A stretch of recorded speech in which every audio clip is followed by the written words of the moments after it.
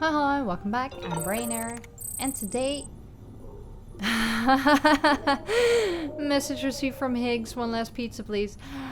I was gonna say, today we are going to tie up any loose ends regarding Death Stranding. Of course, I was so overwhelmed yesterday. I thought that this was I don't know what this was. I couldn't think straight. I was just so overwhelmed, so relieved, so happy. The ending was amazing. I just want to touch on the reason why I reacted the way I did. It wasn't perhaps the reasons that you thought. First of all, because my whole journey with Death Stranding has been so long and prolonged because of several things happening in my life that were really huge, and then I couldn't work for a while. I couldn't record for a while I couldn't work. I haven't been working because I can't, but you know, I couldn't record, and then there was a big break, and then there were like gaps in between. Anyway, everything going on with my health and other things and loss and whatever else, it took me in total 5 months to complete, which means that for me the journey was very, very, very long and made me even more emotionally involved.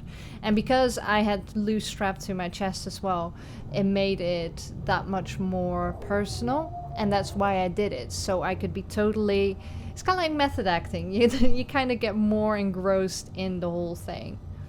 So when Lou, or Louise, which is the name of Sam's unborn daughter, came to be because Amelie brought her back because she was holding the kipu, and that's why her first word to Sam was kipu, because she was holding the kipu. And yeah, that was basically Amelie's gift to Sam. And when that happened, it was just overwhelming relief, because throughout the 126.5 hours that I have played this and been on this journey, through all the hardships, the isolation, constantly being fucked over time and time again, people lying to you, loss upon loss upon loss, betrayal upon betrayal, every step of the way. And then this last final thing, I just so desperately wanted him to have something for him, something that he wanted, finally something that he wanted, you know, instead of being forced into this life and forced to do things and guilted into things. And after the loss of his wife and his child, and it was just watching someone that you're rooting for constantly being beaten down again and again and again, and then just keep on going, which is crazy. Staying kind-hearted as well, distant but kind-hearted. And then then when Louise finally took a breath, that was so overwhelming, the release, and that's why I cried at that point. I was just so relieved and so happy for Sam, the character, that he finally got something he wanted, finally got something major he wanted, that would make him happy, that he wanted in his life.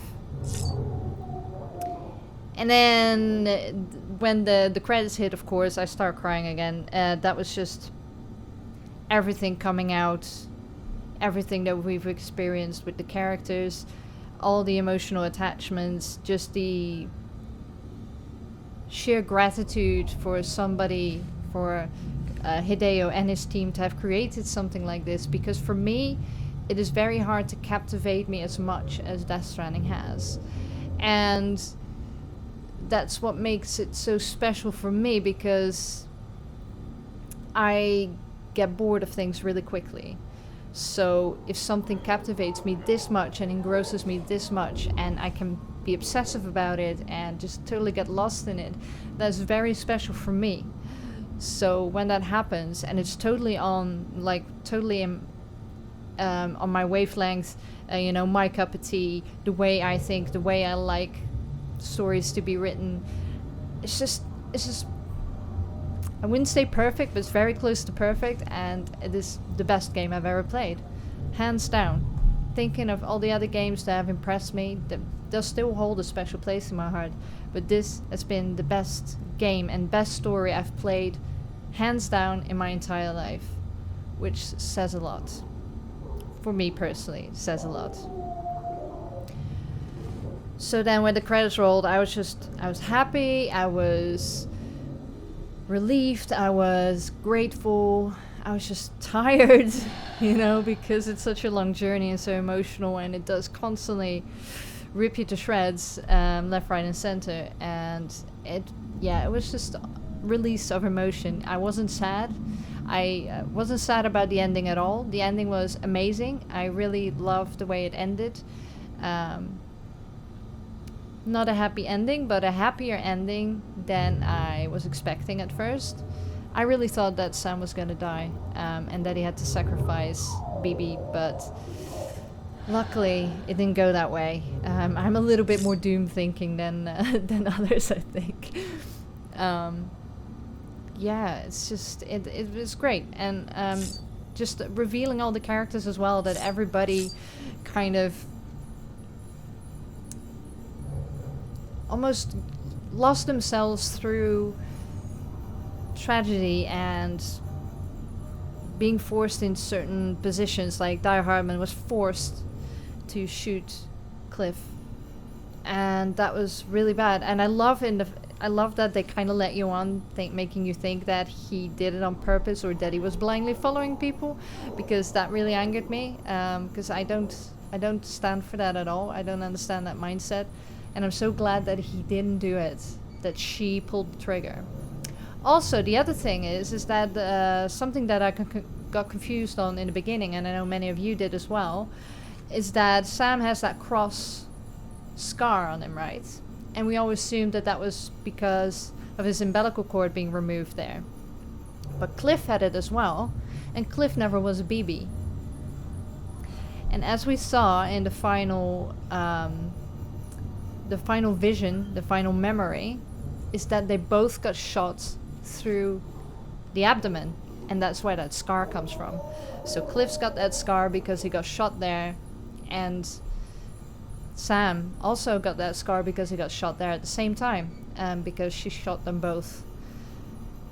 And that was, that was a revelation, because that kind of led me astray a little bit. I really thought that Cliff had been a BB and that there was this whole weird time loop going on, but no. But yeah, because Sam is a repatriate. He basically lives forever, so that's why the timelines didn't kind of match up. Right, so we've got a few more things to read, I think, that will make things a little bit clearer. Because I know that some of you didn't understand why he called Lou Louise. There's a reason for that. But we'll check our emails first. I saw one from Higgs. Do you wish to know my secrets? Because I was so engrossed in the story that I didn't look at my emails at all anymore, and I didn't look at the data anymore, which I probably should have had, but I kind of wanted to push myself through it because I found it really hard to let go of this story, so I had to push myself through the final bits and do it. So let's see what Higgs has to say. My dear Mr. Sam Bridges, I must express my boundless gratitude once more and commend you on your stellar delivery skills. Truly, you are the best of the best, but if you would permit me, I must make you one final request. A request for another delicious pizza, of course. This delivery denouement may prove a tad tricky, even for an experienced professional though. The delectable delight in question awaits you at the first prepper shelter, high atop a snow-capped peak, and must be transported intact, thence to my front door. It certainly shan't be easy, but I have the utmost faith in the man who delivers pizza. Well, I will detain you no longer. As a fellow porter, I know full well that time is the most precious and fleeting of resources. I shall be looking forward to receiving your delivery, good sir. So this was from Higgs. My daughter and her husband's tragic past. Let's read that one. The wedding's back on. Are you kidding me? Okay, let me look. Dear Sam, you may have already heard, but my daughter turned up here the other day, saying that she was moving back home. Not long after that, her man came around looking for her. So I decided it was time to come clean and tell them the whole truth about what happened 5 years ago. The truth about how we first met. My daughter's real parents were killed by a gang of junk dealers. A gang to which her own husband used to belong. Ah. He was just a boy at the time though, and in fact he was the one who saved her life. Somehow he convinced the others to leave her be. I still remember the way he was holding her hand when I found them. How scared she was, hood pulled over her face, unable to find the words. I tell you, the boy chose to strike out on his own after that, and set himself up as a prepper. But no, I won't deny it. I didn't want to take care of both of them, so I sent him on his way. It was pure chance that they met again and fell in love. Fate, maybe. Though I cursed that day, let me tell you. They didn't remember each other, you see. Trauma, I suppose, so it was my burden alone to bear. Even if I wanted to keep them apart, I wouldn't dare remind them of all that. But after everything that happened, I realized it had to be done. They both needed to remember the whole of it. That he'd saved their life, sure, but that it wouldn't have needed saving if it wasn't for his gang. Knowing the truth, could they see their way to reconciliation? Well, after some talking and thinking, they told me that if you love someone, nothing else matters. Can you believe that? So I told them to give it another go. It won't be easy, and frankly, it shouldn't be, but I sincerely believe that they have what it takes. If they want to get married, I'll support their decision. Right, so the wedding's back on. I'm going to get her back. Great, Jake wins. I've only seen Amelie's hologram. Dear Sam, mind if I ask you a personal question? I heard you're a Strand. The president raised you like you were her own, right? Which means you must have grown up with Amelie. What was she like? I've only ever seen her hologram. I mean, I get it, security precautions. Can't risk letting separatists and terrorists know where she is, but man, what I wouldn't give to really meet her, to see her in the flesh. She seems like such an amazing person. And that's just from the holo messages. If you ever do catch up with her, I hope you'll tell me all about it. Oh, I will! I will, Jake, I will. The Chronicles of Aaron, Chapter 5, Journey's End. Oh no! Peter Englert, do you wish to know my secrets? My dear Mr. Sam Bridges, allow me to express my deepest gratitude for the pizza you have brought me. I will forever cherish the memory of each and every one you so kindly delivered to my doorstep. Alas, there is a singular blemish upon our relationship, a singular regret that weighs upon my soul. It concerns the one wish you so cruelly failed to grant me. I speak, of course, of my delivery from Lake Knot City to South. I will readily admit I am not one to forgive and forget, and this flaw compels me not to allow you to forget either. Consigning my package to the bottom of a tar lake instead of seeing it to its intended destination was an unconscionable act hardly befitting a professional porter. For shame. But let us not cry over spilled milk.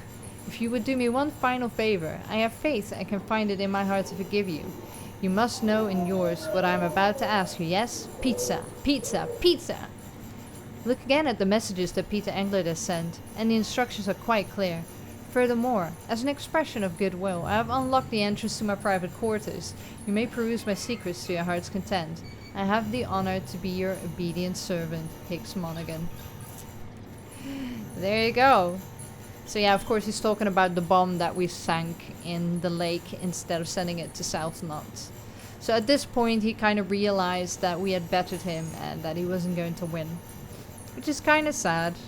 I mean, Higgs has a very sad background. And also, I still think that her Kipu is a code. I just need to have a real good think about what it is exactly and crack it. And if you're interested, I'll probably will make a short video on it, what the code is. It has to be, because it's so specific. It has to have a code. So I'm going to have a real long hard think about that one. About Sam's return. Sam has returned, safe and sound. It had been about a month since he departed for Amelie's Beach. 30 days of relentless searching for us, though for him it must have felt like an eternity. I cannot imagine the isolation and despair he must have been forced to endure, a suffering known only by Amelie and Bridget. Sam has told us about the extinction entity, and how it granted humanity a reprieve, but beyond that, he is reluctant to speak. Well, we shall not put any pressure on him. Frankly, I expect we would struggle to comprehend anything he has to tell us. Suffice it to say that the last stranding has been avoided, even if its precursor has forever reshaped our world. Thousands and thousands of years from now, should intelligent life walk the earth and find our fossils, they will likely conclude that Homo sapiens died out in the sixth extinction. Perhaps if we are lucky, they may even find records we leave behind. Still, we cannot hope to guess how much they will understand about who we were. After all, their intelligence will not be like ours. Theirs will be a different understanding of the world, of the universe, different forms of existence, different conceptions of what it is to be alive. These invariably lead to different conceptions of what it is to die. But it matters not, if they never understand who we were. All that matters, in my opinion at least, is that they know we were there. It's very true. Ah, Higgs's journal. There you go. Entry 24. My first memory is of looking up at the ceiling of our shelter, as a baby, bawling my eyes out. All of a sudden, the hand of God comes into view, blotting out the steel sky. Daddy lifts me up, not gentle, but not hard. Shouts some stuff, but it's all gibberish I can't make heads nor tails of. He ain't my real daddy though. That one died before I was born, and Mama soon after. Of disease or something, I don't know. Her brother took me in, whisked me away from that shelter reeking of piss and death, and brought me here. Daddy number 2. He never really took to it. He was an ugly, violent man, full of anger, with nowhere to go. Tried to love me, in his own way, but I don't know if he ever had it in him. Daddy told me our shelter was our world, and I believed him. I grew up thinking no one but us two existed. Then when I got a little older, I started asking questions. Simple questions about where the food came from, that kind of thing. I got smacked upside the head for my troubles, but try as he might, he could not beat the curiosity out of me. Journal entry 25.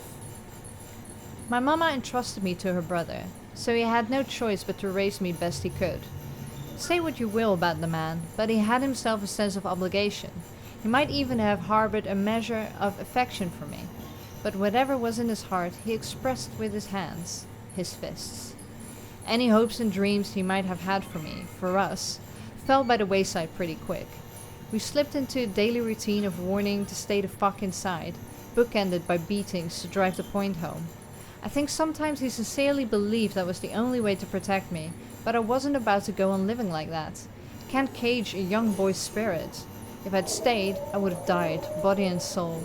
I had to get out. Started hoarding supplies in secret.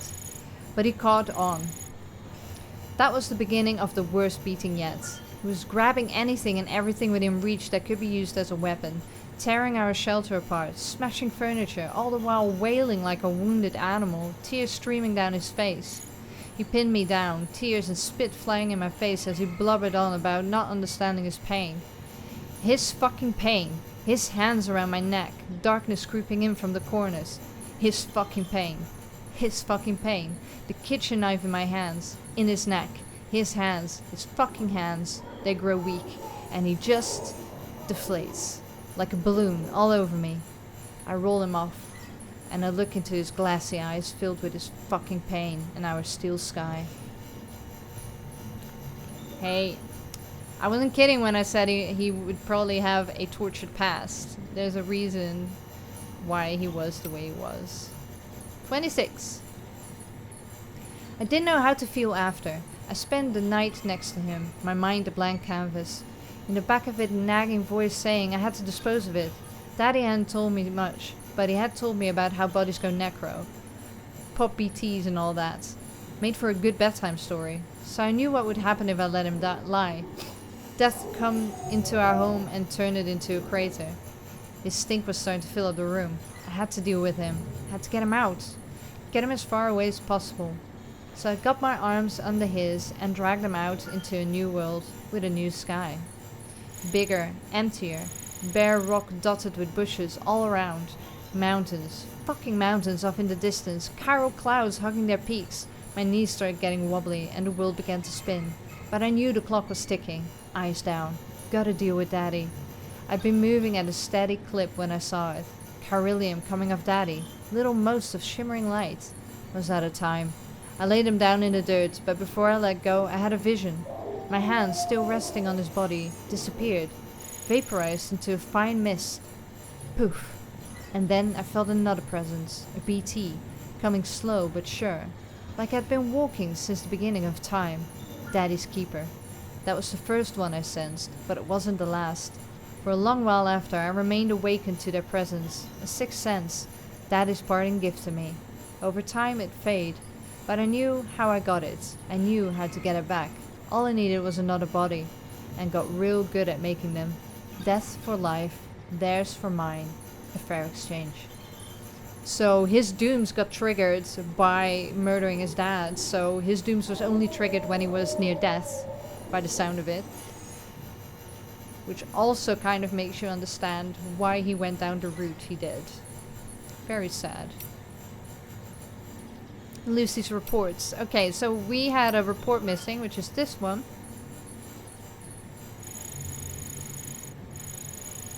Report number 3. So Lucy was Sam's wife, for those who don't remember, and also his therapist. It came as no surprise, but Sam was unreceptive to my suggestion and rejected my assessment of his relationship with Amelie. He asserted that he is not dependent on her or Bridget, and even went so far as to question my credentials as a psychotherapist. His pronounced resistance to the idea only serves as further evidence of his dependency. Nevertheless, there's little I can do for Sam if he's unwilling to explore this possibility, other than to continue to share my observations and hope that he'll eventually change his mind.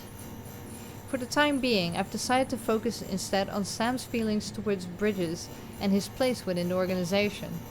Given that it was founded to support and protect his adoptive mother, and that the other core members have dooms like he does, I think there is something to be gained from the discussion. His growing responsibilities within Bridges due to their expanding mandate and his abilities as a repatriate surely put him under greater pressure, and I wonder if his enthusiasm for their mission was sincere. Based on our time together thus far, I believe he may have embraced his role because it helped him cope with feelings of isolation, that he pledged himself to an impossible endeavor because it was preferable to living and dying alone. I can understand that. Yeah, so just another reminder, I've totally forgotten about this, is that Lucy probably committed suicide because she had a drug overdose, and at the time I didn't realize that could have been suicide, but now it might have been. So she committed suicide, caused a void out, took the child with her. Yeah, and Sam, being a repatriate, was the only one who survived. All weapons will remain locked until departure. All clear. So, give this memory chip. I didn't know we still had one, to be honest.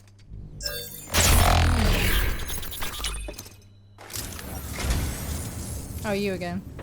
You picked this up for me? You shouldn't have. Really. I forgive you. An unknown man's journal? Oh no, we got more journal entries. Oh, it's Higgs. Thank you for your contribution. It's Higgs. It's Higgs's journal. Okay, let's find it. We have to read his journal. There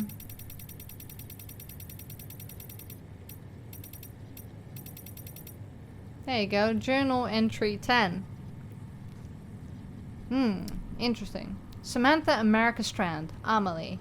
The moment I met her, I knew she was destined to make us whole again. She told me we'd do it together, and even gave me a gift, a bridge baby. It's a BT sensor of sorts. Although it looks like a newborn, but it's not. Amelie says it was born on the beach, and that it serves as a link between our world and the other side. Between me and her, too, if I keep it with me at all times. She called it a new child for a new era. I'm not just a delivery guy anymore. I'm a herald for her and her new world. She's given me everything I ever wanted, ever needed, and now I'm free to cut Fragile loose. So yeah, if you see at where he came from, that really tortured past, growing up in a massive lie of there nothing being outside the shelter, And then suddenly this powerful person takes you on board, gives you powers, and wants you to be one of her right hands in bringing about the new world. Of course, it's gonna be very tempting for someone who's had nothing their entire life but lies and abuse.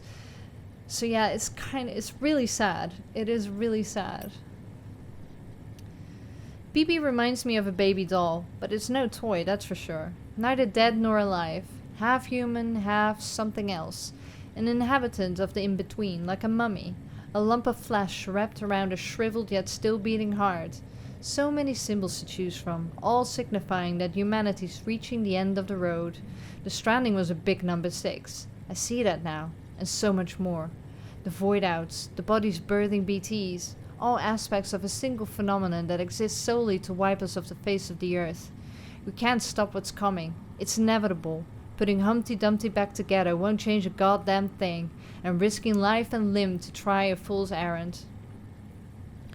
Why sacrifice what you've got in the here and now for a future that will never come? It's wasteful and meaningless. Amelie'd agree, I'm sure. I met Amelie on the beach again and pressed her for more answers about the Stranding, but she wouldn't give me anything. Maybe she's got nothing left to give. Maybe she's waiting till the time's right, I don't know. I don't care. We all know there's no escaping extinction. I'm struggling to see her angle. Why even pretend to rebuild? Why rail against the inevitable? If there's another layer to this, I can't work it out, and I'm getting sick and tired of trying. If she's not gonna let me in on her plans, I'm gonna have to assume the worst and take matters into my own hands.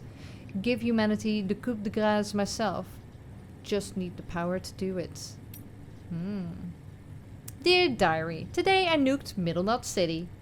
Wiped it clean off the map. Didn't carry the bomb myself, of course. Fragile did the honors. Delivered my mercy to the people like a good little porter. I'm sure she's surprised, but she shouldn't be. Death and destruction are part and parcel of the human condition, and bringing people together only exacerbates that. Be careful what you wish for, eh? It's like when our ancestors came from the old world to the new and brought their old world diseases with them. Natives had no immunity, and over half died in the blink of an eye. Bam! And we've only come up with better, more effective ways of killing ever since. The network's just another means of hastening the end. This was always the logical conclusion of our efforts, mine and Fragile's. Maybe that's why I partnered up with her, because in my heart of hearts, I knew it was building to this. I don't think she agrees with you there, Higgy. Sam Porter, where to begin? Dooms, Repatriate, Lone Wolf, Amelie's adopted brother, motherfucker. Impression I get is that he's a loner who found meaning in being a good Samaritan. Yeah, I tried that mask on for size once upon a time. Sweet little Amelie, though, she buys into his act. Think he's got what it takes to help her make America whole again. I tell you what, the more I look into it, the more it seems like he might actually be a true believer. Fucking hell. Anyway, he's a dead man walking, even with Amelie's help. He'll be in Central before long, and the second he shows up, I'm bringing a shit ton of BTs down on his head and turning that place into a crater. Then it's bye-bye Sammy Porter, bye-bye British HQ, and bye-bye Expedition Team. But it didn't happen that way, did it? Sam's still alive. Not even a void out's enough to keep a repatriate down. Sticks in my craw. Second expedition got wiped out, obviously, but Sam seems happy to head west all by himself. Stupid fuck's crazier than me. Or maybe just desperate. Still, can't figure why rebuilding the nation's so important to him. Well, whatever. He wants to keep at it, he can be my guest, even if he's still at the others backing him up. It wouldn't make a difference. Ending's already been written. I've worked it out. Worked out exactly how it's gonna go down. But dooms alone isn't enough. I need a greater power to finish the job. To rain down fire and brimstone on these modern day Sodoms and Gomorrahs. Eek. It's never good when they go religious. I've discovered the truth about the Death Stranding. Amelie's powers have nothing to do with dooms. She's destruction incarnate, the angel of the Death Stranding, the extinction entity. I understand now what my true role is. The bridge that will deliver her judgment to this world. The executor of the end. No one knows, not even Sam. But they will. Sam's arrived in Port Knot City and with Fragile to boot. Think I'll meet them there and bring a BT or two along for the ride. It's past time I showed Bridges how powerful I've become. Come one, come all. We'll all have ourselves an annihilation party, and when it's over, there'll be no one left to come between me and Amelie and the end of the world. God damn, is Sammy boy stubborn. Just ain't the quitting type. Seems it's rubbing off on Amelie too. Girl's trying to fight her true nature, flip the script. For all the good it'll do her. What difference does it make if it ends tomorrow or a million years from now? This planet's 4.6 billion years old, and the universe God only knows. Humanity's entire history is a blip on that timescale. What's the fucking point of fighting for a fraction longer? Anyway, Sam and Fragile made it to Lake Knot City, which is just as well. I reckon my old partner's due for a stroll down memory lane, a saunter through the crater she carved out with that nuke of mine. Come to think of it, maybe Sam ought to walk it with her. Yeah, I think I'll make him have a special delivery for me. Well, shit. Sam and Fragile managed to dispose of my nuke before it went off. They weren't smart enough to see through my disguise, but something must have tipped them off. Probably what I wrote on the tag. I know I should have resisted the temptation, but come on, who the hell reads that shit these days? And now he's halfway to the coast, but he's in my neck of the woods now, and my boys ain't about to let up. We're gonna make him regret ever fucking with me and mine. The fuck was that storm that sucked up Sam? A supercell or whatever. I hooked up my BB just before I arrived, and it started shaking and blinking and... Ugh, it's all gone sideways. There's something else out there. Something's all kinds of fucked up. Don't need BB to tell me that. I've got Amelie, fucking finally. She's trapped in Knot City. A horde of BTs all around. She's not going anywhere now. No, I'm gonna go take good care of my sweet little angel of death. My extinction entity. We've got plans, me and her. As for you, Sammy boy, you're gonna learn what it means to really suffer. Welcome to the edge, Sam. You're a real asshole, but I've got to admit, you've got grit. You remind me of me in that regard. And cause we share a connection with Amelie. She gave you your dream catcher, me, my Kipu. But you've never seen her face, have you? Never looked her in the eye and seen what she truly is. Time to wake up and smell the ashes, Sammy boy.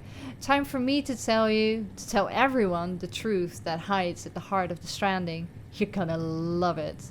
I'd go grab some shut-eye at the distro center or whatever, if I were you. We've got a showdown coming, and you're gonna want to be fighting fit. Just don't keep me waiting too long, you hear? You're all alone now. You've lost everything. Your mask, her Kipu, the BB doll, gone. You thought you had the power, that you were the one fated to lead them onto extinction. Yet here you are, alone. You thought you were in control. This was your role, your dream, the verge of victory, of oblivion for one and all. Herald, executor, pawn, god particle? A stupid name for stupid goddamn fool. This was your life, Higgs. Your tale told by an idiot full of sound and righteous fury, signifying nothing. So sad. So yeah, that's basically all of Higgs' thoughts in the course of the whole story, which is really tragic to... Yeah. So he basically chose to live out his remaining days on the beach by the sound of it, because remember, Fragile gave him a choice between death and living his life on the beach. And since he had time to write his story, that's what happened. He's on the beach. But yeah, so Higgs is very sad, very tragic. I kind of like that though, because I don't like it when people like Amelie are just evil for evil's sake. I don't like that. If there's a reason why they're like that, so traumatic experience, a lot of abuse, being lied to, and then just like she did with Sam as well, just getting into contact with someone that totally overwhelms you with awe and gives you a purpose and fills that hole inside. And then being fucked over by that person. It's just so sad. It's really sad. And that's why I said before is that there was such a double meaning to everything that he said and did. There was... it never felt like he was truly and utterly committed to ending everything, because he wanted to confront us the entire time. And whether that was jealousy because Amelie liked us or wanted us to be part of it, I don't know. Maybe it was like almost like sibling rivalry, but at a very extreme level. Or he didn't really want it all to end. I thought we could do a few orders. There are some orders. Yeah, let's get to West Capital now. I haven't done that in a while. But yeah, this game has just been everything that I've wanted in a game. There's enough action. I'm not real huge on action, but I did like the fact that I could use melee. I didn't have to shoot if I didn't want to. I could just barge in and punch them in the face, which I really enjoyed a lot. There was a lot of choice restrictions lifted. in how you could do things. I like that. It wasn't as straightforward as do this, do that. There was a lot of choice. Looks like a way through. Sam, we've done this 1,000 times. Hey! Oh! They got rid of the... Why did they get rid of the other... What? They got rid of the other zip line. But why? Assholes. Yeah, it's really sad. Like, I was... Looks like the way to go. I was discussing this with a friend of mine. Several friends of mine who had already played it and were waiting for me to finish. And I finally could gush all over it. And it's like...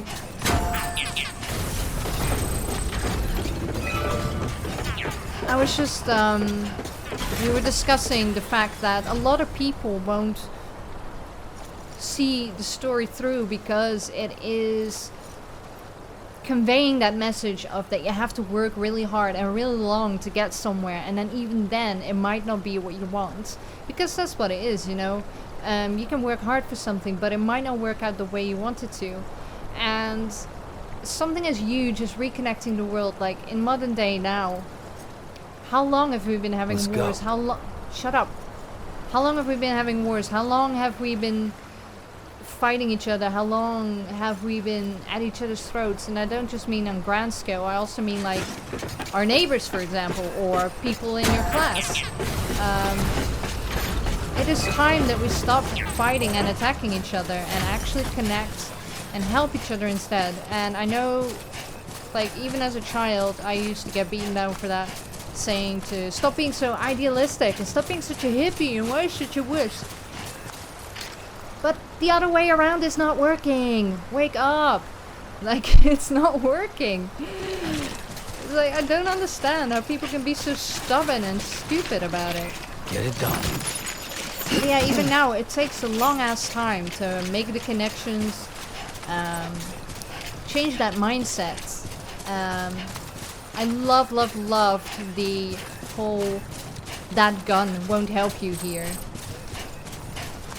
political commentary on gun violence, or just violence in general, because it doesn't help. And yeah, old ways die hard, but they have to die for things to change, and that is so true. So I love the whole message. I love the whole message of this game. It's very much what I've been saying since I was 10 years old, basically. That we need to connect more. We need to be more aware of each other. We need to understand each other better. We need to put ourselves out there if we want to make a change in the world. Because just sitting on your ass doing nothing is not gonna do anything. And being a keyboard warrior is not gonna do anything either. You know, you have to be the change. You have to make the change, even if it's just your direct surroundings. You know, pay it forward, be understanding, learn about each other, listen, make the connections. In what way is most comfortable for you, of course. Sam, why are you panting? Jesus Christ. That's right. Let's just sit here for a second and meditate. Why are you so tired? I've only like been through hell 5 times.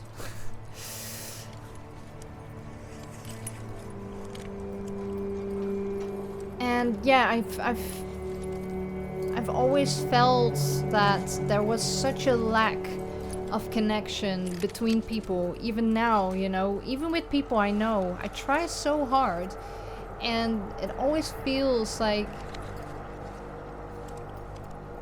people only connect when it suits them and when they can get something from it. And we need to get over that mindset. We need to get over that psychological barrier of, well, it's very, very basic. It's very basic instincts, because that's what animals do. You know, animals only make connections if it benefits them, either food, breeding, you know, that kind of thing, shelter.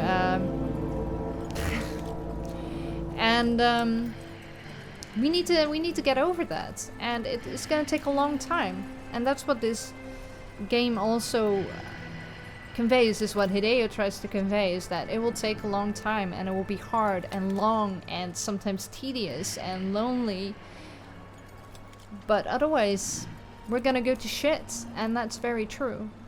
We are going to go to shit. If you look at what the world is going through now, not just socially but also environmentally,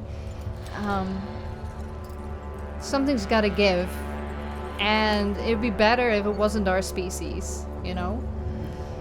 But then I'm a little bit like Sam, where I'm like, well, if it happens, it happens. But I'm also like Sam, that I will still help people if I'm asked. Yeah, it's hard. It's hard when you've been screwed over so many times by so many people.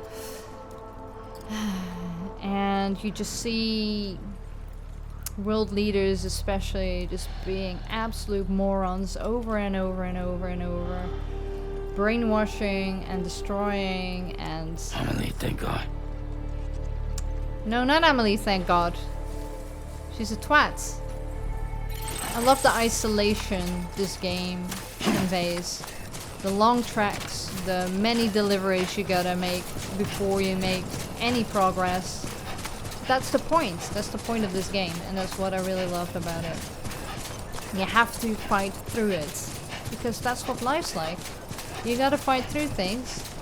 Don't just, you know, get them with a press of a button. You have to do something to gain something. Sometimes you gotta do a lot to gain something. The meanings behind everything, even Carillium has a meaning, you know. Everything was thought out into the details, and I really, really appreciate that so much. But like I have said, for those who have seen on Twitter or on Instagram, I recently drew something, which I'll put on screen.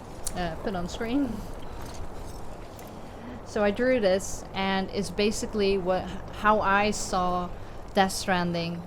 Half of the time was that it was Hideo-san reaching out to the rest of the world, wanting to reconnect with the rest of the world with his ideas and this project, basically. And whether it was conscious or subconscious, I don't know, but it's definitely very strong. I have a very strong feeling that's what he wanted in his heart of hearts, is to connect with people, find a common ground, and get this message across. You should have more faith in yourself. Yes. And so yeah, I drew that. Unfortunately, nobody saw it, but it's there. The good intentions are there. So that also makes me really love a game when it has a personal meaning. And there's a lot of Hideo in this game.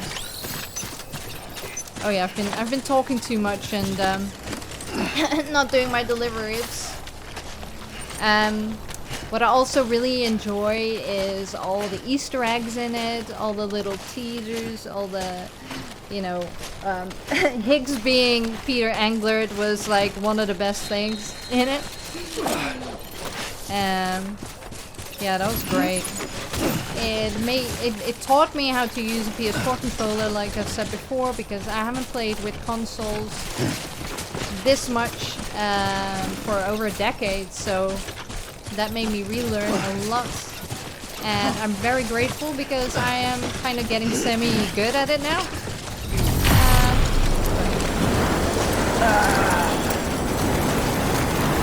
Look at BB, so happy.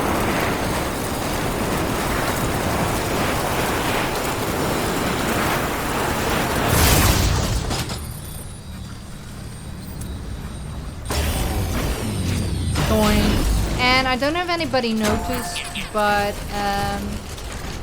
Hideo actually appears as a BT a couple of times, I believe. Definitely in the beginning. Yeah, you can see his glasses and his face. It's really cool. That was like the best cameo.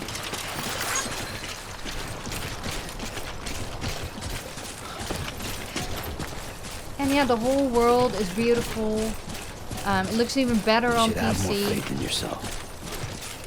And the characters, the actors were amazing.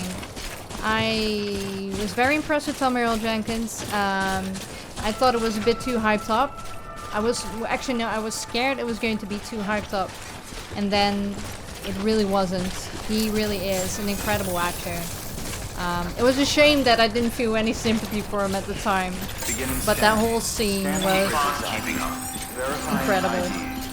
And then Norman Reedus, of course. Oh my god, I can't... Like, when he was trying to revive Lou, I can only imagine what was going through his head, because he has a young daughter himself right now. I think she's like 1 or 2 years old. So that must have been... At the time, that must have been so... I think those feelings were real that he was showing in that piece, because can you just imagine? But then, of course, my favorite character, Hartman, there was some speculation that... Well, no, actually, it's been heavily hinted that Hartman is going to return in Death Stranding 2. For those who've missed it, Hideo and Refn have both said that there's going to be a Death Stranding 2, basically, or, well, not in such words, but there's going to be a Death Stranding 2, which is great. But it'd be interesting to see where they're going to take it, who they're going to follow. I don't think it'll be Sam and Lou. Maybe we'll come across them, but I don't think it's going to be centered around them. And yeah, it'd be interesting to see where it goes from there. And Hartman's going to be returning, so maybe it's going to be focusing on him more, because he does have that whole I gotta find my family on the beach. And because he's so scientific, there will be more understanding of what the Death Stranding is. So the ending was very good. I loved the ending. It was very satisfying. I have no problems with any of it. Yeah. And apart from that, all I can say is beautiful. It is funny. There's a lot of humor in it. Higgs has some of the best lines. And then Hartman, of course, which was comic relief half of the time, which was so needed. Him being asleep at the inauguration was, or dead at the inauguration, was absolutely perfect. Yeah.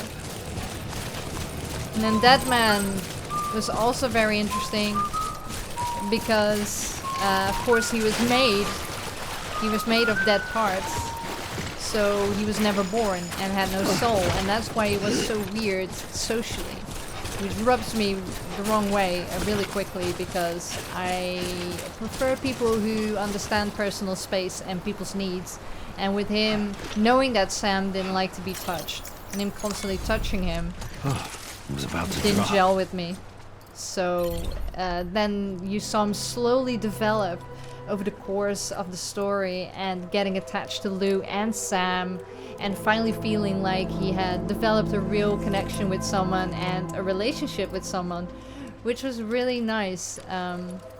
That's why that hug in the end was so wholesome, you know.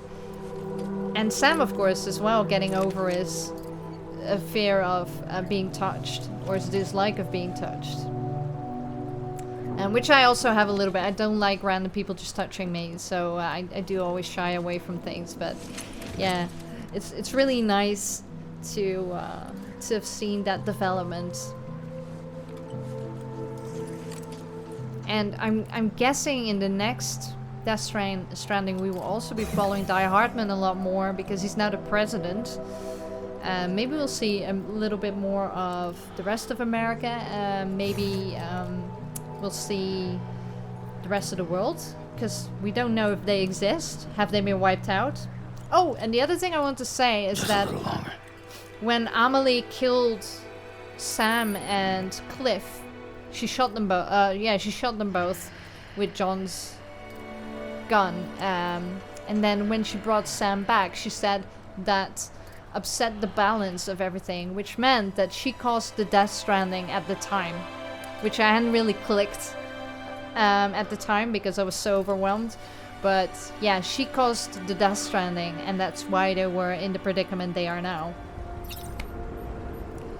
So yeah, my final thoughts are incredible. It takes a certain type of person to like this game. Like I said before many times, it's very similar to Twin Peaks. If you're a Lynch fan or a Twin Peaks fan, then you probably most likely really like Death Stranding. If you've never heard of Twin Peaks or David Lynch, I would definitely recommend checking him out if you like Death Stranding. It's very, very similar in the symbolism, the complexities, the layers upon layers of information. And I love that the whole thing was just directed as a film. It felt like a really intense, beautiful, heart-wrenching film. And that's where you can see that Hideo wanted to be a film director. He's always wanted to be a film director, but couldn't at the time, so he went into game development instead. And that's always been a very strong influence for him. Movies throughout his life's been a very strong influence, but especially in his own creations, in his own work. And now because he has all that freedom to do what he wants, it is just magnificent. So yeah, I would say almost perfect. Best game I've ever played. I am looking forward to playing it again. Exactly. Yeah, we are doing a second playthrough over on Twitch with the PC version, which is even more beautiful. So do join me on there if you would like to see me play this live. I am Brainerror Gaming on Twitch, so do look me up. And the link's in my description anyway, so yeah, just hit me up there. And we'll go through it all again with fresh eyes, because everything will take on a different meaning now. Thank you so much for joining me on this very long, intense, beautiful, gorgeous, crushing journey, and I can't wait to see what the next game will be like. Thank you, and thank you Hideo and everybody who worked on this. Thank you so much. And I will see you when I see you.